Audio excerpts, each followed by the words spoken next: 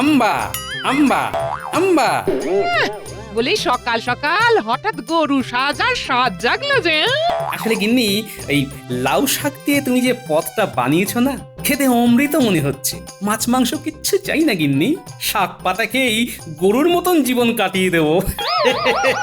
আম্বা আম্বা। এ থাক, আর মস্করা করতে হবে না। এত যখন নোলা তখন বাজার করে আনলেই হয়। একদিনও তো দেখলাম না ভালো মন্দ আনতে বাজার থেকে, আর ওদিকে সবাই একের পর এক ভালো খাবার খেয়েই যাচ্ছে। তোমার তুলনা শুধু তুমিই গিন্নি। তুলনা না করে করবোটা কি? এখন তো অবস্থা ভালো হয়েছে, এখন আবার আস্তে আস্তে গিন্নি, আস্তে। কে কখন শুনে ফেলবে? আর অবস্থা ভালো হয়েছে মানে কি ঢাক ঢোল পিটিয়ে বাজারঘাট ঘর বাড়ি তুলে সবাইকে জানাতে হবে? মানুষের নজর নিয়ে তোমার তো চিন্তাই নেই গিন্নি। বাবা বাবা বাবা বাবা বাবা বাবা চলে এসেছি টুকি। বাবা কেমন আছো? খবর পেলাম কৃষ্ণনগরে আপনার নাম ডাক নাকি বিশাল বেড়েছে, তাই তো ছুটে ছুটে ছুটে ছুটে ছুটে ছুটে ছুটে ছুটে এলাম। নাম ডাক শুনে যে ছুটে আসুনি সেটা আমি ভালোই বুঝতে পারছি। ভেবেছিলাম দুটো টাকা জমিয়ে একটু শহরে ঘুরে আসবো, তার হয়ে উঠলো না বোধহয়। এসে যখন পড়েইছো তখন থেকেই যাও কটা দিন। শুনলাম নাকি বাবা দুটো গরু কিনেছে আর গোটা কৃষ্ণনগর দুধ নিচ্ছে বাবার কাছ থেকে।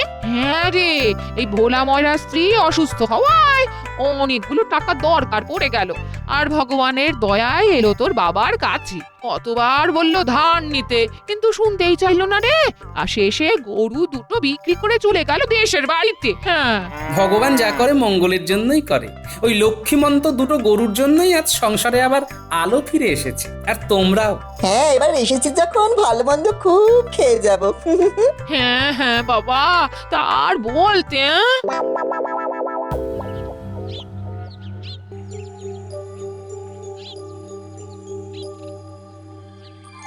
আর বলবেন না মন্ত্রী মশাই, সকালে দেখলাম নধরকান্তি চেহারার এক খাসি নিয়ে গেল বাড়িতে। মেয়ে জামাইকেও ডেকে নিয়েছে যখন, তখন অবস্থা খুব ভালোই বলতে হবে। ভালো যে সে কি আর বলে দিতে হবে রে, সে তো আমি নিজের চোখেই দেখতে পাচ্ছি। বাড়িতে বাড়িতে গোপাল দুধ পৌঁছে দিচ্ছে। না না না না না না না, কিছু একটা ভাবতেই হবে আমাদের, তা নইলে মহারাজের সামনে তো আর মুখ দেখাতে পারবো না। কি করবেন মন্ত্রী মশাই?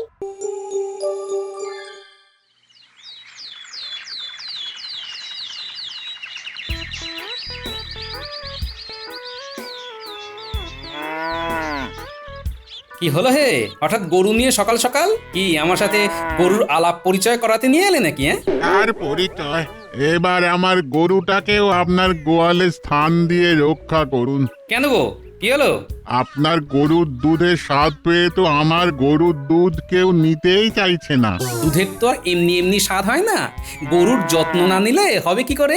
খড় খাওয়াতে হবে, ঘাস খাওয়াতে হবে। সে ক্ষমতা কি আমার আছে গোপাল? আপনি আমার এই গরুটার একটা ব্যবস্থা করে দিন। রাজকার্য বাদ দিয়ে রাখাল সেজে ঘুরে বেড়ানোটা কি ঠিক দেখাবে? না না, তা বলছি না, আপনি আমার এই গরুটাকে কিনে নিন, যা দাম ধার্য করবেন তাই সই। এ আর এমন কি কথা, নিশ্চয়ই তোমার অনুরোধ রাখবো। এই দেখ, তোদের নতুন বন্ধু এসেছে, নিজেরাই আলাপ পরিচয়গুলো সেরে নে। আপনাকে মহারাজ এক্ষুনি দরবারে ডেকেছেন, জরুরি তলব। মহারাজের এখন হঠাৎ কি জরুরি তলব পড়লো?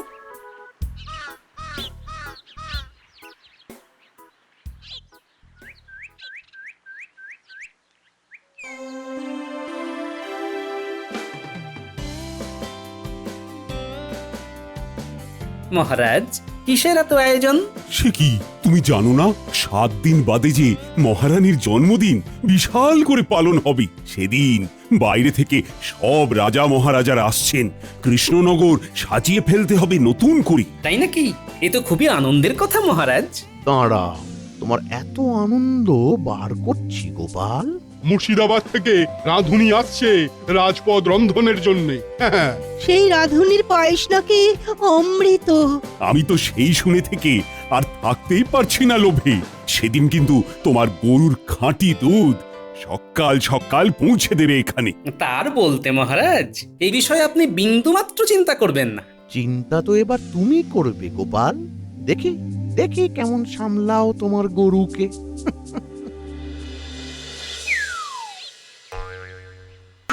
কি কি ধুতি খুলে যাবে যে? ধুতি আর আটকে কি করবে সেনাপতি? এবার তো মান সম্মান খুলে যাওয়ার জোগাড় হয়েছে। কেন, কি হলো?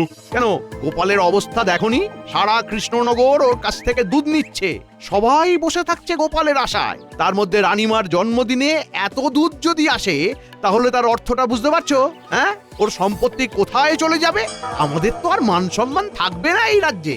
তা তো বটেই, তা তো বটেই। তা কি করা যায়? আজ রাতে চলে এসো আমার বাড়িতে গোপনে।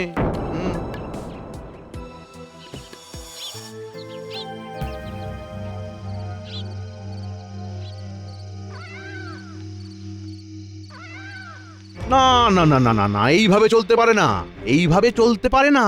রাজদরবারের সমস্ত দুধ যদি গোপালের গরুর থেকে আসে, তাহলে ওর আর্থিক উন্নতির কথা ভাবতে পারছো একবার? সেই কথা ভেবে ভেবেই তো আমার ঘুম হচ্ছে না মন্ত্রী মশাই। এইভাবে চলতে থাকলে তো গোপালের ওই দুমহলা বাড়ি বানানো শুধু সময়ের অপেক্ষা। আমার মাথায় একটা বুদ্ধি এসেছে। বটা আর ঘটা যদি সাবধানে কাজটা উতরে দিতে পারে, তাহলে এই সোনায় ভরিয়ে দেব তোদের। কি কাজ মন্ত্রী মশাই? কি কাজ? আপনার জন্য জীবন দিতেও প্রস্তুত। কথায় না বড় হয়ে এবার একটু কাজে বড় হয়ে দেখাও দেখি। কি করতে হবে আমাদের মন্ত্রী মশাই? এ আর এমন কি কাজ, আজ রাতেই আমরা করে ফেলছি।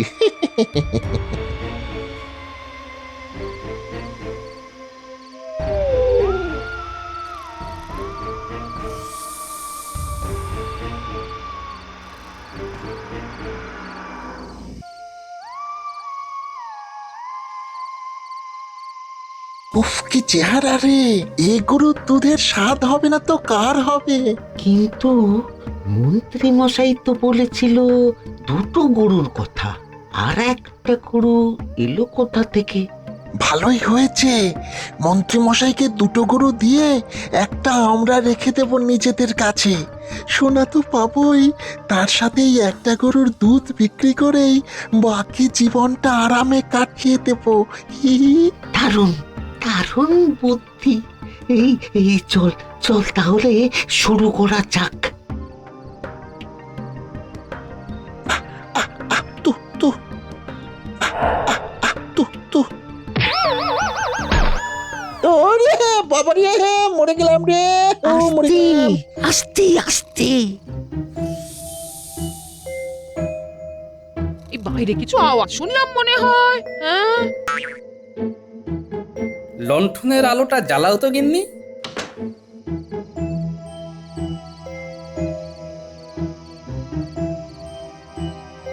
না, এই গরু তো সব ঠিক আছে, তাহলে কি ভুল শুনলাম? ভুল কিছুই শুনিনি গিন্নি। ওই দেখো, দরজা খোলা, নিশ্চয়ই চোর এসেছি। ঠিক আছে, সকালেই দেখা যাবে সব।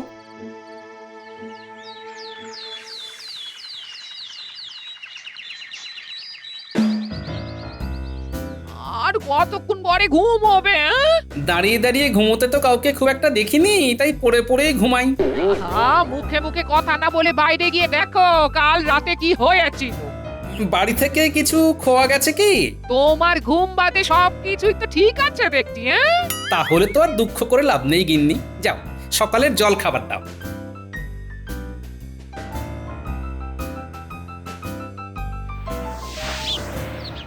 কিছুই তো দেখতে পাচ্ছি না, কি যে এলো কাল রাতে।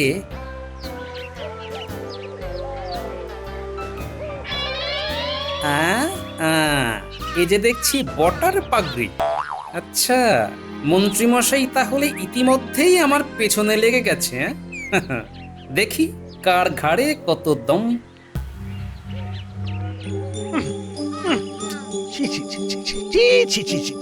লজ্জায় তোদের মরে যাওয়া উচিত।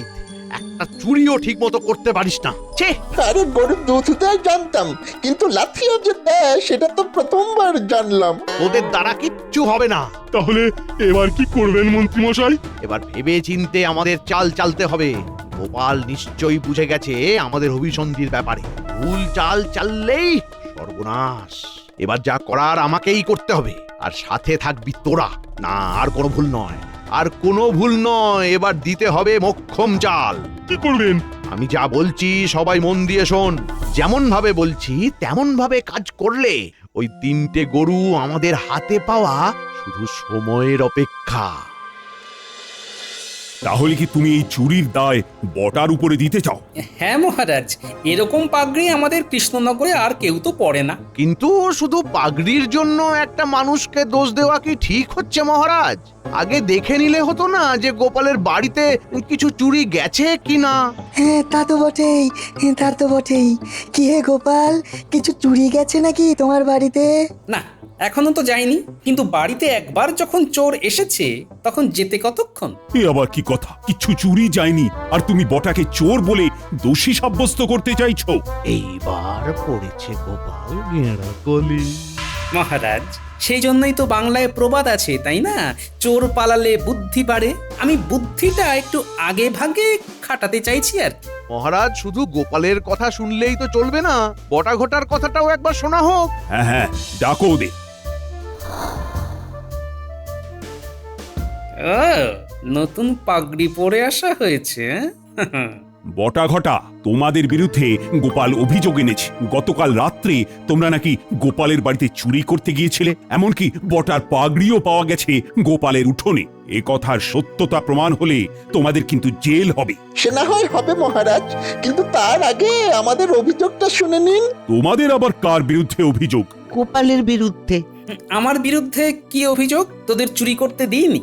বটা ঘটা, বলো তোমাদের কি অভিযোগ আছে গোপালের বিরুদ্ধে? মহারাজ, গোপাল 2টো গরুকে কেনার জন্য আমাদের কাছ থেকে 5 মোহর ধার করেছিল।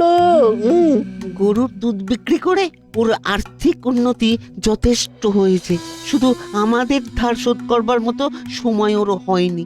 ধার বেড়ে বেড়ে সুদ মিলিয়ে টাকাটা 9 মোহরে দাঁড়িয়েছে, এখনো শোধ করার নামই নেই। গরিব মানুষকে এভাবে ঠকালে আমরা বাঁচবো কি করে আপনার রাজত্বে? আপনি আমাদের ন্যায় না দিলে আমরা বাঁচবো কি করে? কি গোপাল, তুমি ওদের কাছে ধার করেছিলে নাকি? মহারাজ, আমি প্রথমবার জানলাম যে বটা ঘটার কাছ থেকে আমি টাকা ধার করেছি। সম্পূর্ণ মিথ্যা অভিযোগ মহারাজ। মিথ্যে বললেই হবে? আমাদের কাছে সাক্ষী আছে। সাক্ষী? সাক্ষী আবার কি? নিশ্চয়ই মন্ত্রী মশাই। না মহারাজ, এই বিষয়ে আমি কিছুই জানি না, কিন্তু গোপাল যে লোক ঠকিয়ে বেড়ায় এই বিষয়ে কিন্তু আমি নিশ্চিত। কে কে তোমাদের সাক্ষী? আগে আপনার সেনাপতি। আচ্ছা, দল তাহলে ভালোই ভারী হয়েছে। সেনাপতি? সেনাপতি, বটা ঘটার কাছ থেকে গোপাল যে ধার নিয়েছে তা তুমি দেখেছো? হ্যাঁ মহারাজ, আমি নিজে রেখেছি। বটা ঘটার কাছ থেকে গোপাল 5 মোহর ধার নিয়ে 2টো গরু কিনেছিল। হ্যাঁ, 2টো গরু। ছি ছি ছি ছি গোপাল, গরিবের টাকা শোধ না করার জন্য উল্টে আবার ওদের চোর অপবাদ দিচ্ছ। ছি। হ্যাঁ, তাহলে তো প্রমাণ হয়েই গেল গোপালের কাছে বটা ঘটা 9 মোহর পায়। মহারাজ, আপনার বিচার কি ঠিক হচ্ছে? কেন কেন কেন, ভুল কিসে হলো? কাল যদি আমি 2জন সাক্ষী ধরে নিয়ে এসে বলি কৃষ্ণনগরের রাজা আমি, তাহলে কি সবাই সে কথা মেনে নেবে মহারাজ? না, কারণ তার কোনো সত্যতা নেই। ঠিক তেমনি এদের কথার কোনো সত্যতা নেই মহারাজ। মোহরে তো আর নাম লেখা থাকে না যে মহারাজকে দেখিয়ে প্রমাণ দেব। আজ আপনি আমাদের সুবিচার না দিলে কৃষ্ণনগরের মুখ সবার সামনে ডুবে যাবে। আর আমি আপনার সেনাপতি হয়ে কি আপনাকে মিথ্যে কথা বলবো? হ্যাঁ, না হে গোপাল, সবাই যখন তোমার বিরুদ্ধে বলছে তখন তো মেনে নিতেই হবে যে তুমি মোহর ধার করেছো। তোমায় আমি 7 দিন সময় দিলাম। এই 7 দিনের মধ্যে তুমি যদি পুরো মোহর ফেরত না দিতে পারো তাহলে তোমার গরুর মালিক হবে বটা আর ঘটা, আর তার সাথে তোমার 50 মোহর জরিমানা। কিন্তু মহারাজ, আর কোনো কথা নয়। এবার যাও যাও, যে যার কাজে ফিরে যাও।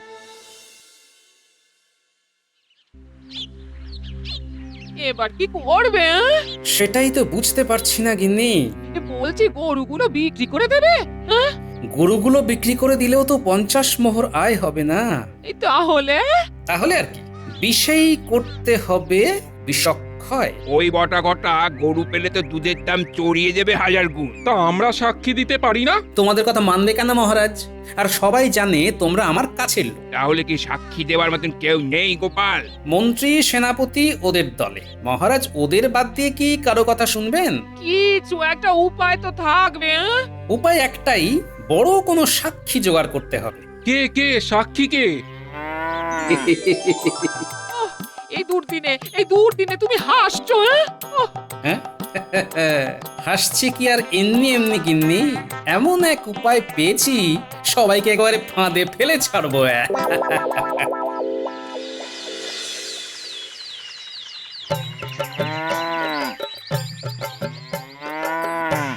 আজ তোমার দুধ পাঠানোর কথা ছিল না?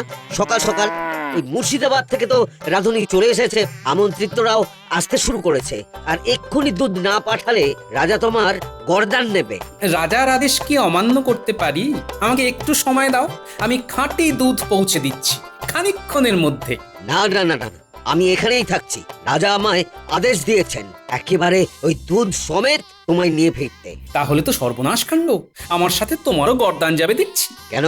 কারণ আমার গরুরা অন্য কারোর সঙ্গে দুধ দেয় না। এমন কথা তো জীবনে প্রথমবার শুনলাম। এমন আবার হয় নাকি? হ্যাঁ, লজ্জা পায় বোধহয়। তুমি চিন্তা করো না, আমি 1 ঘন্টার মধ্যেই দুধ নিয়ে হাজির হচ্ছি রাজার দরবারে। তোরা তৈরি হয়ে নে, আজ তোদের বড়দিন। গিন্নি, কয়েকটা বালতি তাড়াতাড়ি বাইরে পাঠাও তো, সবাইকে আজ তাক লাগিয়ে দেবো। হ্যাঁ গো, এই গরুগুলো বাঁচানো যাবে না। সে তো জানি না, তবে তুমি 10 বালতি জল দিয়ে যাও। তুমি দুধে জল মেশাবে? না না, জলে দুধ মেশাবো।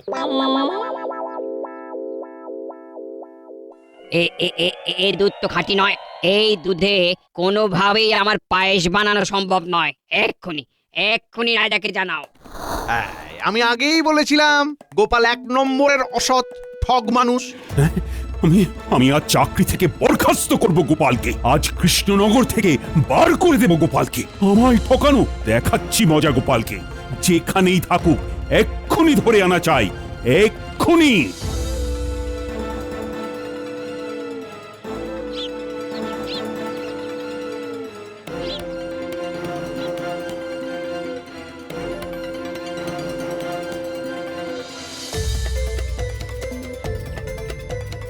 আরে বাস, গোপালকে ধরে নিয়ে যাচ্ছে, আমরাও মজা দেখবো। চল চল ঘটা, চল চল। ওহে প্রহরী, মহারাজ আমায় নিয়ে যেতে বলেছে। তোমরা এত জোরে হাঁটলে আমি তো পেছনে পড়ে যাব, তারপর আমার সাথে কিন্তু তোমাদেরও গর্দান যাবে। কি আপনার ভয় লাগছে না? মহারাজ কি ভূত নাকি যে ভয় লাগবে? ধীরে ধীরে চলো, ধীরে ধীরে। তাড়াতাড়ি হাঁটলে আমার আবার খিদে পেয়ে যায়। গোপাল, তোমার এত বড় সাহস! রানীর জন্মদিনে এত বড় বড় মানুষ আমন্ত্রিত, আর তুমি দুধে জল মিশিয়ে আমাকে অপমান করতে চাইছো? না না না না, আজই তোমার শেষ দিন। আজ তোমার গর্দান নিয়ে কৃষ্ণনগরবাসীকে দেখিয়ে দেব মহারাজ কৃষ্ণচন্দ্রের দাপট। জয় মহারাজের জয়। গোপাল, তোমায় আমি এত বিশ্বাস করেছিলাম, আর আমার বিশ্বাসের এই প্রতিদান দিলে তুমি? এই মুহূর্তে আমার চোখের সামনে থেকে বেরিয়ে যাও, আর যেন কোনোদিন তোমায় রাজ দরবারে না দেখি। বেরিয়ে তো যাব মহারাজ, কিন্তু তার আগে জানতে চাই আমার দোষটা কি? তুমি জানো না? না না। রানীর জন্মদিনের দিনে দুধে জল মিশিয়ে তুমি বলছো কিছু জানো না?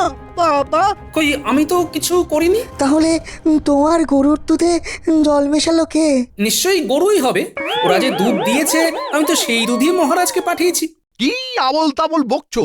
গরু কি আর জল মিশিয়ে দুধ দিতে পারে? দিয়েছে নিশ্চয়ই, আর আমার সাক্ষীও আছে। কে? আরো 2টো গরু। মানে? এই বাইরে থেকে আনো তো আমার 3 জন সাক্ষীকে। মহারাজ, আপনি ওদের মুখ থেকে এই দুধ তোরা দিয়েছিস কিনা? ওই দেখুন, বলছে হ্যাঁ। এই এই মহারাজের সঙ্গে মশকরা হচ্ছে। গরু কি কথা বলতে পারে? মোহরেও যেমন যে ধার দিয়েছে তার নাম লেখা থাকে না, দুধেও তেমন লেখা থাকে না কে দুধ দিয়েছে। কাজেই সেদিন বটা ঘটার কথা বিশ্বাস করলে আজ আমাকেও বিশ্বাস করতে হবে। আর মহারাজ, আপনার কথা মতো বটা ঘটার 9 টাকা আমি শোধ করতে পারিনি, তাই গরুর বর্তমান মালিক ওরাই। কাজেই দুধে জল যদি মিশেই থাকে, তাহলে মন্ত্রী মশাইয়ের কথা মতো আসল দোষী তো গরুর মালিক। এবার বলুন মহারাজ, কি আপনার সিদ্ধান্ত? বটা ঘটার গর্দান নেবেন নাকি কৃষ্ণনগর থেকে বার করে দেবেন? দেখবেন মহারাজ, সবাই কিন্তু আপনার ন্যায়ের আশায় বসে আছে।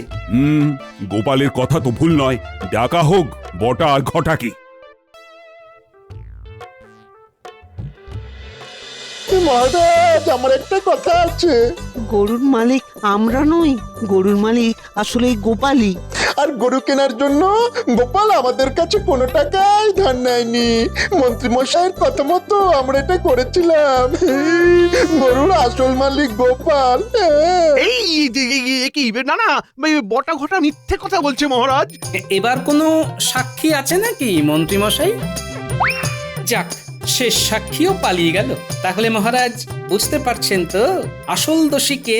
আর আপনি চিন্তা করবেন না, রানী মায়ের জন্মদিনের জন্য আমি খাঁটি দুধ সরিয়ে রেখেছি আগে থেকে। এবার শাস্তির কথা ভুলে চলুন পাত পেরে বসে পড়ি। চলো চলো, আজ কৃষ্ণনগরের আনন্দের দিন। ও, আজ তো কৃষ্ণনগরে উৎসবের দিন। ও গোপাল, তোমার বুদ্ধির জবাব নেই। এসো এসো, কোলাকুলি করি। আহা